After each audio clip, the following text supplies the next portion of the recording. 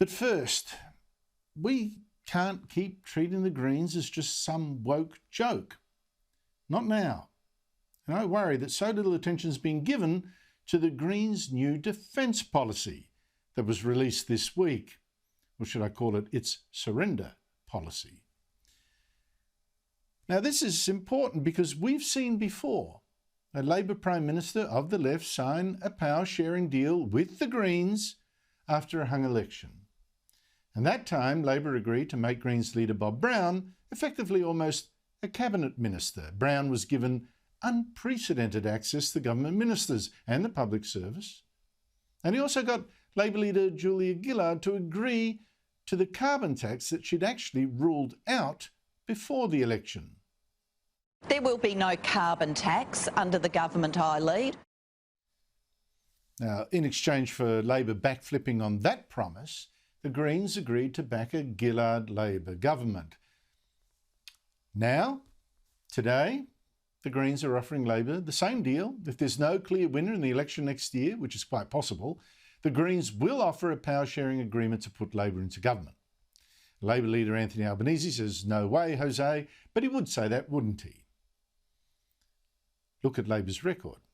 It tells us that what Labor says before an election might not be what it says after, if it's a few votes short of power. And that means that we must take the Greens seriously. Also because the Greens do have the support of 10% of the voters, which is a worry. And what we particularly need to take seriously is this bizarre and dangerous defence policy that the Greens announced this week. I note the ABC, by the way, which is very Green-leaning, did not subject this lunatic document to scrutiny.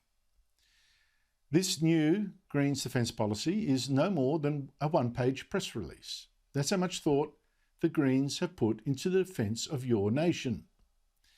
And this press release contains nothing more than a few thought bubbles, totally divorced from the reality that we face.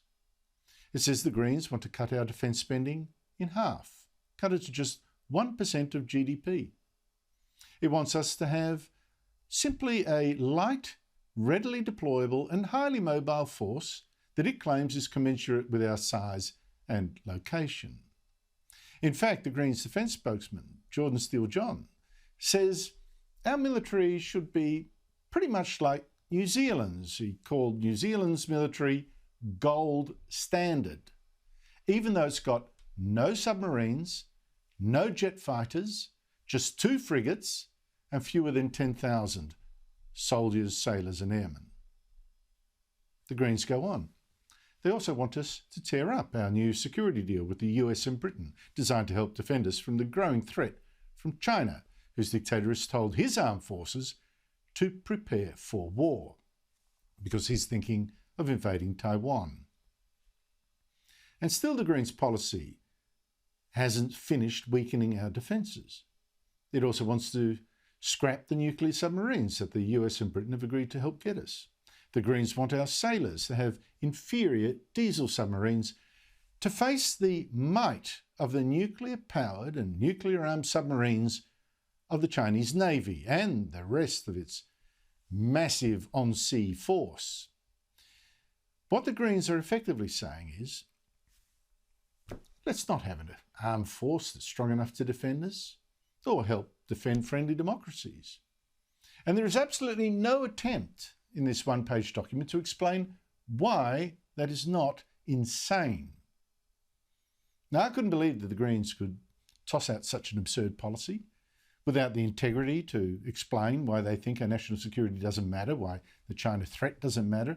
So I looked around the Greens website hoping for some kind of argument, but found just another short list of dot points about defence, supposedly about defence policy, but again, seeming too bored to think through it for very long. In fact, point 1 of this policy is governments must take urgent climate action. That's seriously point 1 of its defence policy.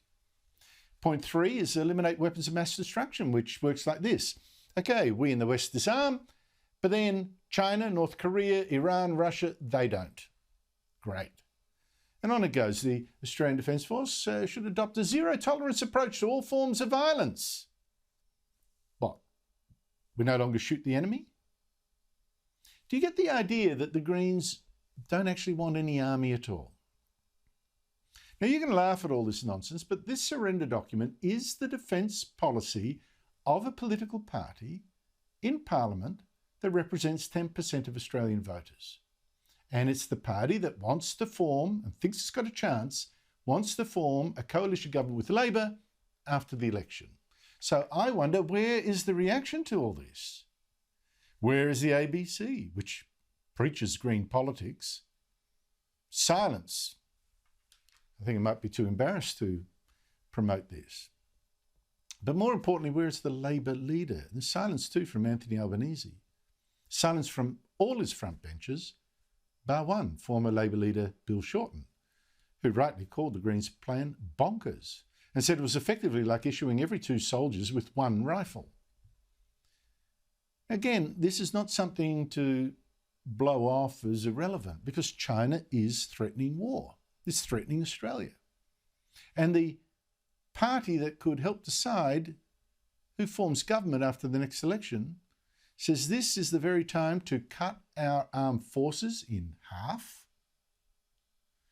This is mad and dangerous. Or is it something even worse?